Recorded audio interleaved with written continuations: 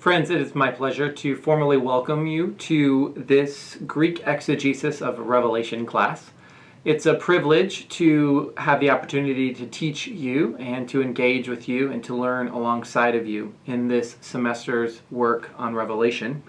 Wanted to give you a quick orientation video, a welcome video, if you will, to the course.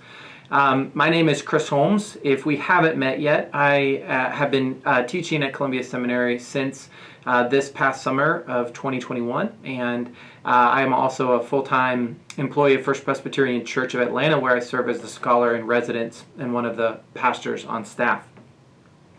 So with this brief video lecture, just want to reiterate a few of the items that are in the syllabus and talk through just a couple of those items. As a reminder, you can find more information in the syllabus and more information on the course website. I want to start with the three objectives that you can find on the syllabus. The first objective is to examine the overall structure and major themes of Revelation.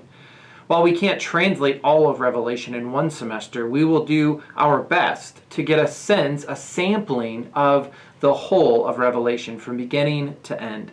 We'll translate passages from each of the major sections in Revelation, and we'll talk frequently about the overall structure or its variety of sections as we engage this material together. The second objective is to sharpen Greek and exegetical skills, to practice translation, to practice using resources and tools for analyzing the Greek text, and to practice those skills related to exegesis or close reading of a text. And then finally, sort of the macro goal is to evaluate the problems, implications, and possibilities of Revelation's message for contemporary interpreters and communities of faith. So as we do our best to understand the message and the symbolic world that Revelation creates, we'll do so always with an eye for how that symbolic world engages or challenges or confronts contemporary communities of faith. Next, I wanted to say a word about the textbooks that we'll be using for this class. First, we'll be using a Greek New Testament. I assume that you have already purchased a Greek New Testament for yourself when you took Greek in the past. If that's not the case, please shoot me an email and let me know, and I'll give you recommendations of which Greek New Testaments you should consider. I will provide a scanned copy of Revelation from the Nestle-Aland 28 critical text, which includes a textual apparatus for considering textual critical questions. In addition, we'll be reading regularly from two commentaries, one by Brian Blunt, who teaches at Union Presbyterian Theological Seminary in Virginia, and the other by Elizabeth Schussler Fiorenza, who teaches at Harvard Divinity School. These two will have some areas of overlap in terms of their approach, but also a number of distinctive elements and strategies for reading Revelation. We'll also be using a book by David Matheson, which will help us in translation. It will help us understand some of the more complex or confusing aspects of Revelation's Greek. And finally, we will be engaging a book by Timothy Beale that explores the history of interpretation. Near the 2/3 mark of the course, we'll begin some presentations on that history of interpretation using Beale's book as our primary means of reference.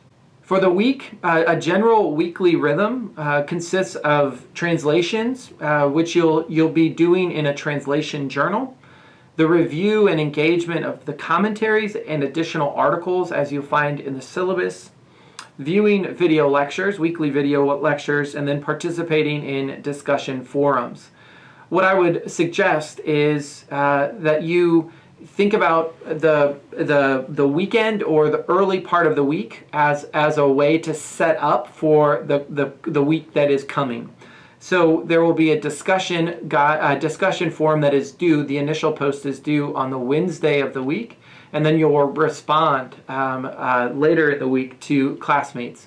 But that will require you to probably do the translation and review the commentaries and articles sometime earlier in the week. So you may consider sometime during the weekend or on Monday or Tuesday to do the majority of the work for this course. Then I wanted to talk just finally about some the larger projects, the larger assignments that are due in this course. There will be a short exegetical paper that is due at midterm time in October.